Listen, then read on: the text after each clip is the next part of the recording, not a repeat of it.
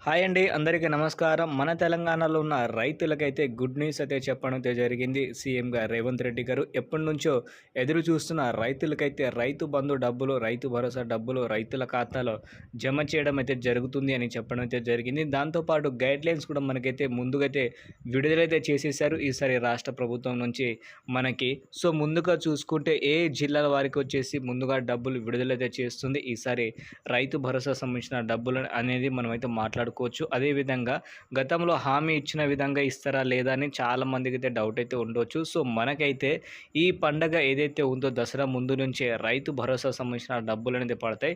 అదేవిధంగా ఏ జిల్లాలకైతే ముందుగా వచ్చే ఛాన్స్ అయితే ఉంది అనేది మనమైతే మాట్లాడుకోవచ్చు. కాబట్టి మీరైతే ఈ వీడియోని మాత్రం లాస్ట్ వరకు చూస్తే మీకు రావాల్సిన ఏదైతే అమౌంట్ ఉందో సో, ఈ అమౌంట్ ఎప్పటి నుంచి మీ ఖాతాలో జమ చేస్తుంది ఎకరాల వారీగా మీరైతే తెలుసుకోవచ్చు. సో, చాలామంది రైతు సోదరులు వచ్చేసి వీడియోస్ అయితే చూస్తున్నారు కానీ లైక్ చేయడం మర్చిపోతున్నారు. సో, మీరు లైక్ చేసి సపోర్ట్ చేయండి.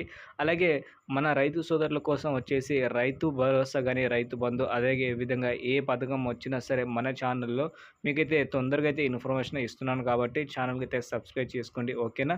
సో, ఇప్పుడైతే మనం లేట్ చేయకుండా వీడియో అయితే స్టార్ట్ అయితే చేద్దాం.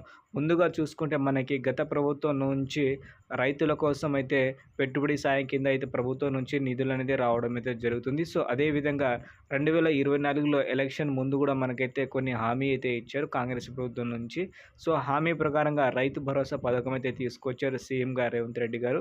సో, ఈ పథకం ద్వారా మనకైతే రైతులకైతే పెట్టుబడి సాయం కింద ఎకరానికి 15,000 అయితే రూపాయలైతే ఇస్తుంది. సో, దాన్ని బట్టి చూసుకుంటే ఈ దసరా పండగ ముందు నుంచి మనకి డబ్బులైతే రావాలి. కాకపోతే కొన్ని కారణాల వల్ల డబ్బులైతే రాలేదు. సో, ఈ పండగ ముందు నుంచి రైతుల ఖాతాలో రైతు భరోసా సంబంధించిన డబ్బులు అనేది విడుదల చేస్తుంది అని చెప్పడం అయితే జరిగింది. అదేవిధంగా దీనికి సంబంధించిన గైడ్‌లైన్స్ అనేది కూడా విడుదల చేసేస్తుంది ఈసారి రాష్ట్ర ప్రభుత్వం. సో, వ్యవసాయ శాఖ మంత్రి గారు ఒక అప్డేట్ అయితే ఇచ్చారు తుమ్మల నాగేశ్వరరావు గారు. ఏందంటే ఈసారి మన తెలంగాణలో దాదాపుగా 1,39,00,000 ఎకరాలైతే ఉన్నాయి.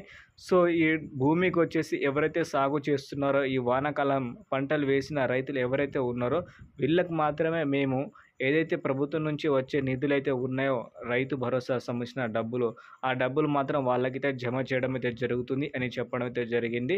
సో, మొత్తానికి మనకైతే ఈ దసరా ముందు నుంచి ప్రతి ఒక్క రైతు ఖాతాలో ఈ రైతు భరోసా డబ్బులైతే వస్తున్నాయి. అదేవిధంగా కౌలు రైతులకు ఎట్లాంటి పరిస్థితి ఉంది, అదేవిధంగా గతంలో హామీ ఇచ్చిన విధంగానే మళ్ళీ ఇస్తారా లేదా అని దాంతో పాటు చాలామందికి అయితే డౌట్ అయితే ఉంది. అదేవిధంగా 14,000 ఒకేసారి ఇస్తారని చాలామంది రైతులైతే మాట్లాడుకుంటున్నారు. సో, ఈ 3 టాపిక్ గురించి కూడా మనం మాట్లాడుకుందాం. సో, ఈసారి వచ్చేది మాత్రం వానాకాలం పంట పెట్టుబడి సాయం కింద రూ. 7,500 మాత్రమే, రూ. 14,000 మాత్రం కాదు. అదేవిధంగా చూసుకుంటే పక్కాగా మనకి రూ. 7,500 అయితే ఇవ్వబోతుంది ఈసారి కాంగ్రెస్ ప్రభుత్వం. ఎందుకంటే గతంలో ఇచ్చింది మనకు డబ్బులు ఏదైతే ఉందో మార్చిలో వచ్చిన డబ్బులు అది మాత్రం రైతు బంధు కింద వచ్చే డబ్బులు, రైతు భరోసా డబ్బులు మాత్రం కాదు. సో, ఈసారి వచ్చేసి రైతు భరోసా డబ్బులు అనేది అందించేస్తుంది కాంగ్రెస్ ప్రభుత్వం. ఓకేనా? సో, ఇప్పుడు వచ్చేసి మనకైతే మన తెలంగాణలో ఆహ్, ఎవరైతే కౌలు రైతులైతే ఉన్నారో వాళ్ళకి మాత్రం ఎలాంటి రైతు భరోసా సంబంధించిన డబ్బులైతే రావడం లేదు అని చెప్పడం అయితే జరిగింది వ్యవసాయ శాఖ మంత్రి గారు. సో, ఇంకా ఏదైనా అప్డేట్ వస్తే ఛానల్‌లో వీడియో అయితే తీసుకొస్తాను. కాబట్టి మీరైతే ఛానల్‌కి అయితే సబ్స్క్రైబ్ చేసుకోండి.